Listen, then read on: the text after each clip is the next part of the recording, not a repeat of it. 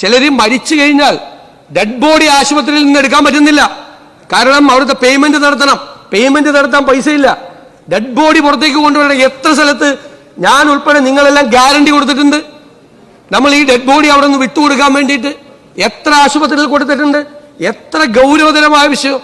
നമുക്കൊക്കെ പലർക്കും പല ആശുപത്രികളിലും ലക്ഷക്കണക്കിന് രൂപ നമ്മൾ കടം പറഞ്ഞിരിക്കുകയാണ് പല പാവപ്പെട്ട ആളുകൾക്കും വേണ്ടി.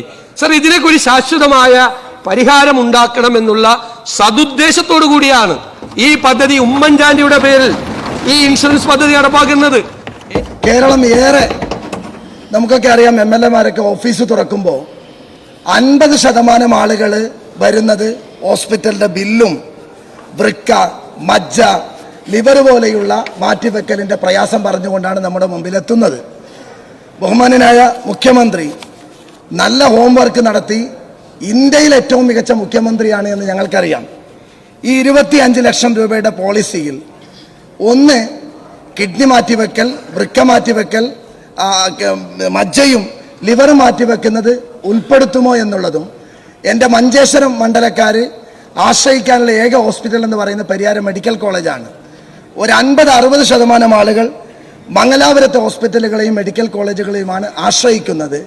അങ്ങയുടെ ഇൻഷുറൻസ് പോളിസിയിൽ ഞങ്ങളുടെ കാസർഗോഡ് അതിർത്തിയിലെ ആളുകൾക്ക് മംഗലാപുരത്തെ ഹോസ്പിറ്റലുകൾ കഴിഞ്ഞ കാലങ്ങൾ കാരുണ്യ ബെനവലന്റ് ഫണ്ടിലും അത് ഉൾപ്പെടുത്തുമോ എന്നുള്ളതാണ് എൻ്റെ ചോദ്യം. ഞാനിവിടെ നേരത്തെ സൂചിപ്പിച്ചതുപോലെ ഗുരുതരമായ രോഗങ്ങൾ ഉണ്ടാകുമ്പോൾ ലക്ഷക്കണക്കിന് രൂപയാണ് ഒരു കുടുംബത്തിന് ചെയ്യേണ്ടി വരുന്നത്. കുടുംബത്തിന്റെ ബാലൻസ് മുഴുവൻ പോവുകയാണ്.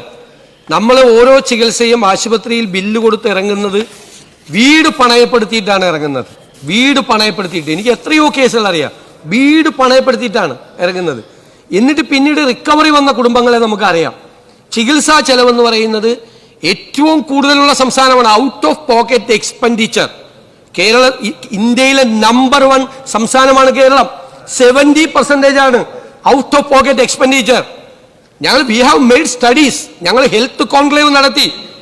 വിദേശത്തും നമ്മുടെ സംസ്ഥാനത്തുമുള്ള രാജ്യത്തുമുള്ള ആരോഗ്യ വിദഗ്ധരെ 300ഓളം ഡോക്ടർമാരെ പങ്കെടുപ്പിച്ചു. ഹെൽത്ത് കമ്മീഷൻ വെച്ചു. ഞങ്ങൾ വിശദമായി പഠനം നടത്തിയിട്ടാണ് ഞങ്ങൾ മാനിഫെസ്റ്റോ തയ്യാറാക്കിയത്.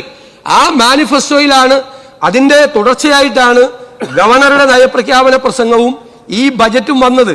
വളരെ ഗൗരവത്തോടു കൂടി ആരോഗ്യ മേഖലയിലെ ഈ വിഷയങ്ങൾ ഞങ്ങൾ കാണുകയാണ്. കാരണം അത്രമാത്രം സാമ്പത്തികമായി കുടുംബങ്ങൾ തകർന്നു പോവുകയാണ്.